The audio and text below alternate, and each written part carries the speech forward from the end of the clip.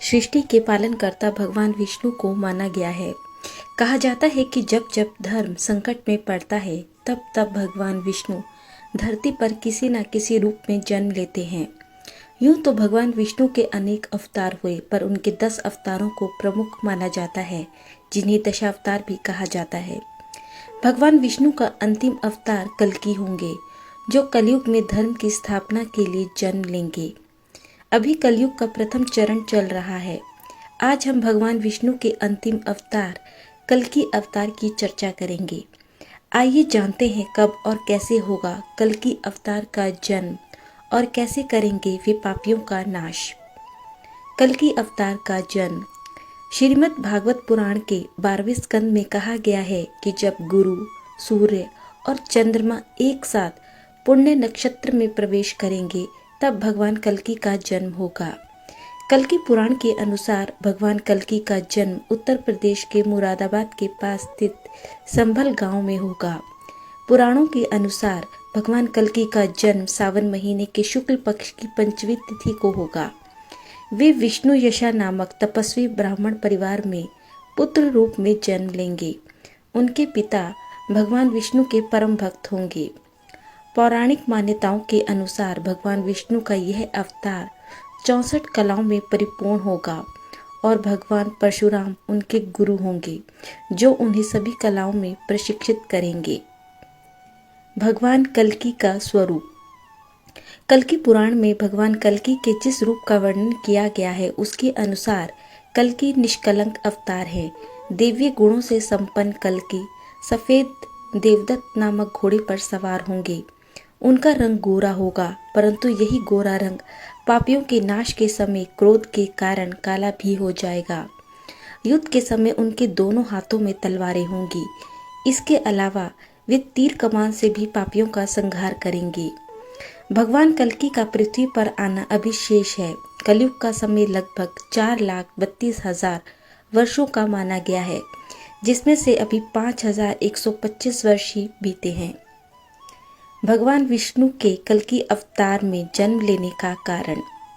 महाकाव्य महाभारत के रचयिता वेद व्यास ने हजारों वर्ष पूर्व ये घोषणा की थी कि जैसे जैसे कलयुग का समय बीतेगा पृथ्वी पर अत्याचार और पाप बढ़ता जाएगा, जिसके कारण सभी मनुष्य पाप के भागीदार बनेंगे। राजा शूद्र समान हो जाएंगे। व्यक्तियों में संस्कारों का नाश हो जाएगा। गुरु शिष्य परंपरा भी समाप्त होगी। लोग वेद व धर्म से हटकर बुराइयों और पाप में लिप्त हो जाएंगे। हत्या और लूट हर जगह होगी।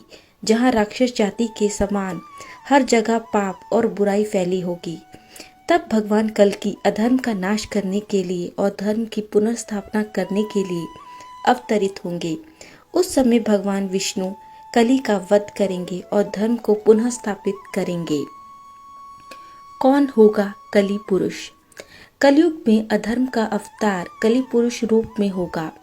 कल्कि पुराण के अनुसार उसे एक शक्तिशाली राक्षस के रूप में वर्णित किया गया है।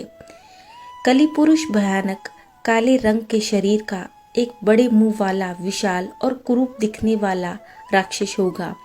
पौराणिक कथा के अनुसार कलि पुरुष की रचना द्वापर युग के अंत में भगवान ब्रह्मा द्वारा की गई थी। माना जाता है कि जब कलयुग अपने चरम पर होगा उस समय हर व्यक्ति के दिल में क्रोध, घृणा, हिंसा, भय और पाप के रूप में कलि राक्षस का जन्म होगा। लोग एक दूसरे के प्रति घृणा और हिंसा का रूप अपनाएंगे। भगवान, भक्ति, पूजा पाठ, कलयुग पुरुष के कारण ही लोग धीरे धीरे ये सभी करना छोड़ देंगे। भागवत पुराण के अनुसार जिस दिन भगवान श्री कृष्ण ने इस धरती को छोड़ा था उसी दिन से कलयुग का आरंभ हो गया था। माना जाता है कि कलि का अस्तित्व हर युग में माया, क्रोध, घमंड और हिंसा के रूप में रहा है, क्योंकि अभी कलि परिवार के ये सभी सदस्य हैं। कई साल पहले जब देवताओं और दानवों के बीच समुद्र मंथन हुआ था तो कलि यानी कलयुग के देवता का जन्म हुआ। उस समय अमृत के प्रभाव से कलि मृत्यु से बच गया। कलि ने हर युग में धर्म को नष्ट करने की कोशिश की, लेकिन हर बार भगवान ने पृथ्वी पर अवतार लेकर धर्म को नष्ट होने से बचाया। ऐसा माना जाता है कि त्रेता युग में वह रावण के रूप में, जबकि द्वापर युग में वह कंस और दुर्योधन रूप में था। भगवान कल्कि और कलि पुरुष का युद्ध। माना जाता है कि विष्णु के 10वें अवतार भगवान कल्कि का जन्म कलि द्वारा पैदा की गई बुरी शक्तियों का नाश करने और धर्म की स्थापना करने के लिए होगा। भगवान कल्कि की सहायता के लिए पृथ्वी पर रह रहे 7 चिरंजीवी पुनः जीवित हो उठेंगे, जिनमें अश्वत्थामा, दैत्यराज बलि, भगवान परशुराम, विभीषण, कृपाचार्य, महर्षि वेदव्यास, ऋषि मार्कंडेय और हनुमान जी फिर से जीवित होंगे और कलि के साथ होने वाले भयंकर युद्ध में भगवान कल्कि का साथ देंगे। माना जाता है कि कलियुग के अंतिम चरण में कलि राक्षस अत्यधिक शक्तिशाली हो जाएगा। रावण से कई हजार गुना शक्तिशाली कलि अपनी बुराइयों के साथ समाज पर हावी हो जाएगा। लूटपाट, चोरी, हत्या जैसी बुराइयां चरम पर होगी। तब भगवान विष्णु कल्कि अवतार लेंगे और कलि पुरुष का वध करेंगे और फिर से धर्म की स्थापना होगी। कलयुग का कालखंड सबसे छोटा है। सभी युगों में कलयुग को सबसे श्रेष्ठ माना जाता है, क्योंकि इस युग में मनुष्य व्रत और तप के द्वारा सबसे जल्दी फल प्राप्त कर सकता है और पुण्य कमा सकता है। अर्थात कलयुग में मनुष्य सच्ची भक्ति यदि करता है तो अन्य युगों की तुलना में उसे शीघ्र ही पुण्य फल प्राप्त होगा। इसीलिए यदि आप भी अधर्म के मार्ग को छोड़ना चाहते हैं तो भगवान कल्कि की पूजा आपको भी करनी चाहिए। आपकी साधना और सच्ची भक्ति ही आपको जीवन मरण के चक्र से मुक्ति दिला सकती है। तो प्रभु नाम जपते रहिए। धन्यवाद।